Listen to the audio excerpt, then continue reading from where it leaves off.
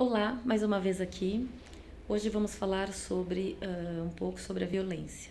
Semana passada eu trouxe a questão do luto, né, como forma natural da gente poder vivenciar questões de perda de pessoas e como é que isso vai ficando para a gente, para as pessoas que estão perto vivendo isso. Hoje eu vou falar sobre como é que a gente vivencia, como é que a gente acolhe uma pessoa, como é que fica a vida de uma pessoa que, além de elaborar o luto por uma perda, ela precisa ainda ter que lidar com uma violência. Quando esse luto é consequência de uma violência, ou seja, familiar, ou seja, urbana. Então a gente vem vivendo um momento muito difícil, né? A violência ela sempre existiu, a violência ela é aprendida e ela é perpetuada. Então quando a gente fala da violência urbana, a gente precisa pensar um pouco como é que essa questão do ponto de vista social, do ponto de vista da família. Eu não vou me ater muito a essa questão política, mas mais em relação à saúde mental, como é que fica, né? O impacto da violência na saúde de um indivíduo. Mesmo que ele não tenha que vivenciar o luto, muitas perdas acontecem com a violência, né? Eu recebo muitas famílias que advêm de uma violência, de uma comunicação muito violenta dentro da família e também no entorno, né? Então, quando a gente fala da violência intrafamiliar, a gente tem a violência urbana e também a violência dentro de casa. Muitas vezes a vida vai ficando de um jeito quase que intolerável, né? Eu já vivenciei atendimentos, né? Já atendi pessoas que perderam, né? Entes queridos, marido, filho, por conta de violência, né? Ou porque estava passeando na rua, acabou sendo assassinado, ou porque a pessoa estava envolvida com tráfico. Então, entrando um pouquinho na questão do luto, uma vez eu atendi uma família, acho que é importante estar compartilhando um pouco com vocês. A mãe tinha perdido o marido, que ele tinha morrido de infarto, e na mesma semana ela perdeu o filho mais velho, assassinado, né? E ela tinha um filho mais novo.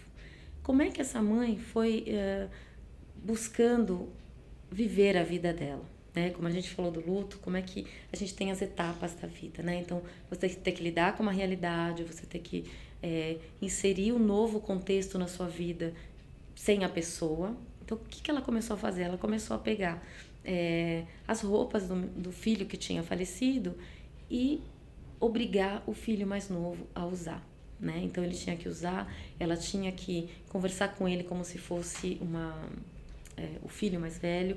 Então a gente vai vendo quando a gente, além de tudo, tem também uma questão que precisa de um cuidado mais psiquiátrico, mais importante aí, né?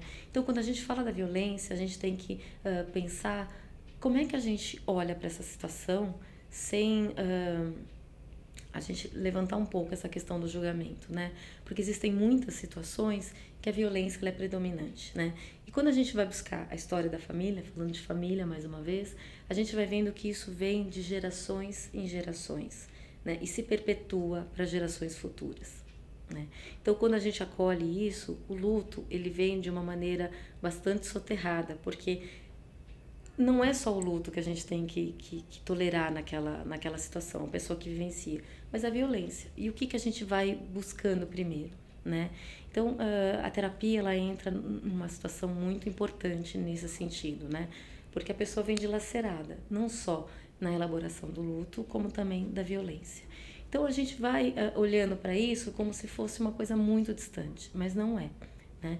Então, quando eu vou falando um pouco da violência, eu vou lembrando de várias pessoas, muito próximas até, que vivenciaram a questão da violência e do luto, e a gente vai achando que é sempre o outro que vivencia isso, né? Então, quando a gente se deparar com uma situação de violência, uma situação de criança principalmente, né? Que às vezes a criança, ela vivencia a perda do pai, a perda da mãe, num acidente, por exemplo, né? Isso também é trágico, é violento dependendo da maneira como isso acontece.